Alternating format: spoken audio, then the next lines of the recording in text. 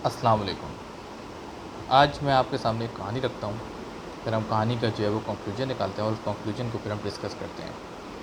कहानी कुछ इस तरह से है कि एक बादशाह होता है और वो बादशाह जो है वो काफ़ी दिनों से ना बेचैनी और एक एक समझ लें कि इज़्तिराब की कैफ़ियत में होता है, अपनी दौलत को लेके, अपने मुस्तक़बिल को लेके, अपनी राया को लेके। तो उसको ना रातों को नींद आती होती है और एक बेकरारी, एक बेचैनी उस पे जो है वो मुसलसल जो है वो उसके चेहरे से भी ज़ाहिर हो रही होती है। रोज़ाना की जो वो कर रहा होता है, काम कर रहा होता है, उसमें भी उसका दिल नहीं लग रहा होता। तो ऐसे में बहुत परेशान होता है। तो वो एक दिन अपने वज़ीरों से कहता है कि भाई, तुम लोग कोई मुझे हल बताओ, मतलब मेरी बेचैनी और बेकरारी रोज़ाना बढ़ती चली जा रही है और मेरे पास इसका कोई हल नहीं है।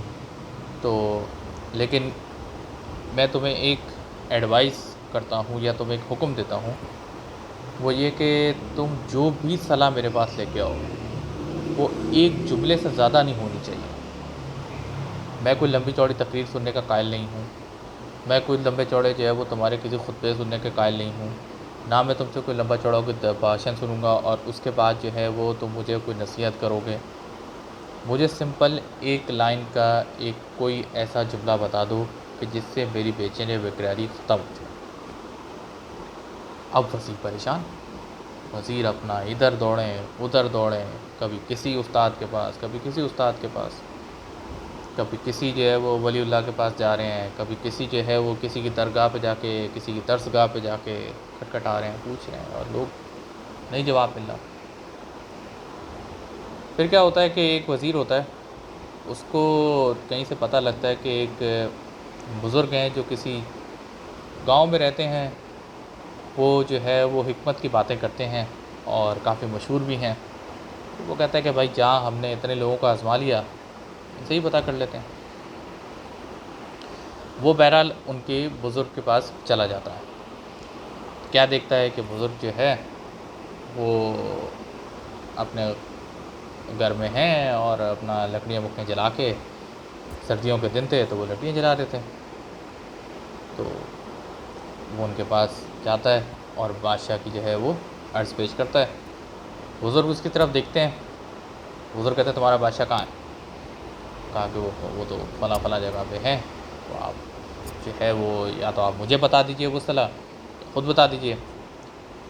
बुज़ुर्ग कहते हैं कि चलो ठीक है, मैं कल सुबह तुम्हारे बादशाह के पास आता हूँ।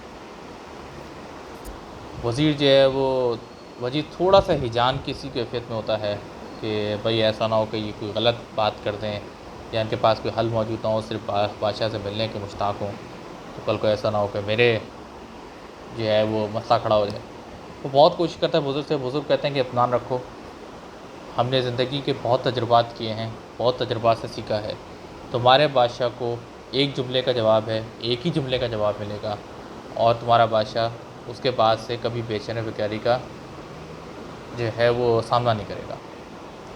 बहरहाल वो चूँकि बुज़ुर्ग का इत्मीनान और कॉन्फिडेंस देख के जो है वो आ जाता है वापस और जाके बादशाह को बोलता है कि बादशाह सलामत, मैंने एक बंदा दरियाफ़्त कर लिया है जो है वो आपको आपके मुश्किलात और परेशानी से आपको निकाल देगा। बादशाह की वो रात पहले सल्तनत की बेगानी में गुज़र रही थी, अब उस बंदे के इंतज़ार की बेगानी में गुज़रने लगी। बहरहाल सुबह हुई अल्लाह अल्लाह करके और वो फजर के वक़्त वो बुज़ुर्ग जो है वो नमूदार हो गए उनके दरबार में। बादशाह बड़ा मुश्ताक था कि इनके जुमले से कुछ सुने। वो बादशाह की तरफ देखता है, वो कहता है, बादशाह सलामत, आपके मसले का सिर्फ़ पूरे जो जो आपके जो मसले मसाइल हैं ना, बेचैनी के और बेकरारी के और इज़्तिराब के, इसका एक हल है। दिमाग में ये जुमला जो है वो फ़िट कर लें। और वो जुमला क्या है? ये वक्त भी गुज़र जाएगा। पहले बादशाह थोड़ा-सा ना उसकी शक्ल अजीब तरीके से देखता है। अच्छा, वज़ीर अपना सर पकड़ लेता है। बादशाह फिर जो है ना कहता है कि यार, क्या बुरा है? अगर मैं ये जुमला दिमाग में फ़िट कर लेता हूँ, क्या बुरा है? नहीं होगा सही तो इसी को पकड़ के जो है वो कैद खाने में डाल दूँगा। बहरहाल बादशाह जो है वो कहता है कि चलो ठीक है, तुमने ये बात कह दी, मैंने ये मान ली और मैंने अपने दिमाग में बिठा ली। उस दिन का जो दिन गुज़रता है, जैसे-जैसे गुज़रता है, बादशाह को जब भी कोई अंदर से फ़ीलिंग उठती है कि यार क्या होगा, मुस्तक़बिल में क्या होगा, राया को क्या होगा, लोगों का क्या होगा, और जब जब उसके दिमाग में ये बात आती है कि ये वक्त भी गुजर जाएगा, उसको एक इत्मीनान फ़ील होने लगता है। उसको एहसास होने लगता है कि जैसे उसको कोई कह देता है कि देखो मुश्किल वक्त तो हर किसी पे आते हैं, हर किसी पे जो है वो मुसीबतें गुजरती हैं, लेकिन ऐसा नहीं होता कि वो मुश्किलें या मुसीबतें जो है वो मुस्तकिल उसके ऊपर जो है वो गर्दिश करती रहती हैं, वो गुज़र जाती हैं। और जब वो गुज़र जाती हैं तो इंसान उनसे बहुत कुछ सीखता है, और सीखने के बाद इंसान जो है वो अपने आप को मज़ीद इम्प्रूव करता है। और ये जो मुसीबतें होती हैं, ये मुश्किलात होती हैं, इनको जो है इनको सीखने की नज़र से देखना चाहिए, बनिस्बत इसके कि इसमें चीखो पुकार करनी चाहिए, वावेला मचाना चाहिए। किसी बेचैनी या बेकरारी में रह के आप मज़ीद अपने आप को तकलीफ़ दें इसमें रह के। बादशाह को जब ये बात समझ में आ जाती है, तो बादशाह जो है वो उस बुज़ुर्ग को बुलाता है और उसको बहुत इनामात से नवाज़ा। वो कहता है कि तुमने तो मेरे मसले का हल अदा कर दिया। दोस्तों, हमारी जो ज़िंदगी है वो भी कुछ इसी तरह से है। हम जब स्कूल में होते हैं तो पोजीशन हमारे वालिदैन या हमारे टीचर, हमारे बच्चे इर्द-गिर्द जो हमारे बच्चे होते हैं, उनकी पोजीशन हमें एक दिलाया जाता है कि जी आपने फर्स्ट पोजीशन हासिल करनी है। सही है। और उसी बेचैनी और इस तरह भी ख़ास तौर पे जो पढ़ने वाले बच्चे हैं, वो अपना भाई अपनी पूरी-पूरी ज़िंदगियाँ लगा देते हैं, पूरी-पूरी यानी खेल-कूद, अच्छे मौक़े जो वाक़ई अच्छे दिन होते हैं, जहाँ आप अपने बच्चों के साथ खेलते हैं, अपनी नशो-नुमा करते हैं और जहाँ वाक़ई आप लीडरशिप के स्किल्स सीखते हैं, वो भाई हम लगा देते हैं अपने बच्चों को भैया किताब का बिल्कुल महफ़ूज़ करने में। पढ़ना बुरी बात नहीं है, मैं ये कतई तौर पे ये नहीं कह रहा कि पढ़ना बुरी बात है। लेकिन मैं जिस चीज़ को कह रहा हूँ कि हर चीज़ को उसके वक़्त देखें। जो वक़्त असल में खेल-कूद का होता है, या वो वक़्त होता है कि जहाँ हम अपने दोस्तों से इंटरैक्ट करते हैं, उनसे मुकाबला करते हैं, उनसे हँसी-मज़ाक के ज़रिए सोशलाइज़ेशन का जो एक अच्छा दौर होता है, वो बचपना ही होता है। तो उस दौर में हम जब अपनी सारी कंसंट्रेशन पढ़ाई के ऊपर लगा देते हैं और अपने जो कतई ताल्लुक़ कर देते हैं ना अपनी सोशल लाइफ़ से, वक़्त गुज़र जाता है। जिस तरह बादशाह का गुज़र गया, वो बेचैनी और बेकरारी जो आपने पोजीशन लाने के लिए हासिल किया, वो भी वक़्त गुज़र जाता है। लेकिन वक़्त गुज़रने के बाद जो वो लम्हा होता है ना, वो वापस लौट के कभी नहीं आता। इसी तरह वो लोग, हम बड़े होते हैं, बड़े होने के बाद जब हम पे जो है वो जब हम मैच्योर हो जाते हैं, कमाने लग जाते हैं, सही है, तो अब उसमें नई टेंशन, अब मेरे पास गाड़ी नहीं है, अब मेरे पास बंगला नहीं है, मैं कब अमीर होऊँगा। और जो अभी की ज़िंदगी है, जिसमें अल्लाह ताला ने आपको आपकी सकत के मुताबिक जो नेमतें आपको दी हैं, उसकी नाशुक्री कर बैठे हैं। क्योंकि हम तो वो सोच रहे हैं कि नहीं, वो जो पैसा है, जब तक वो मुझे नहीं मिलेगा, वो मुझे इत्मीनान नहीं आएगा मेरे कल को। जबकि हकीकत ये है कि जो पैसा दूर रह के आपको इत्मीनान नहीं दे रहा, वो करीब रह के आपको इत्मीनान कैसे दे सकता है।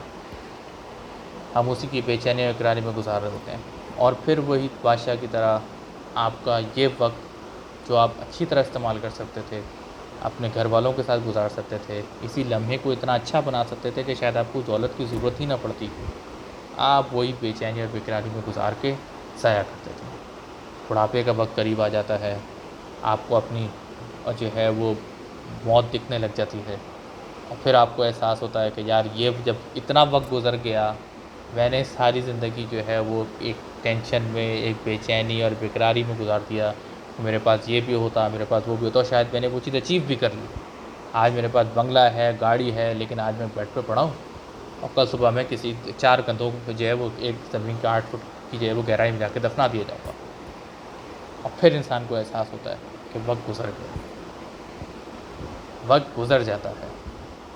आप लम्हे को नहीं जीते, आप अपने जो है वो मौके को गँवा देते हैं, उन मौक़ों को कि जो वाक़ई ऐसे मौके होते हैं कि जहाँ आप लोगों के साथ अपनी सोशलाइज़ेशन को बढ़ाएँ, ताकि मरने के बाद, देखिए मरने के बाद ना बंगला आता है, ना गाड़ी आती है, ना कोई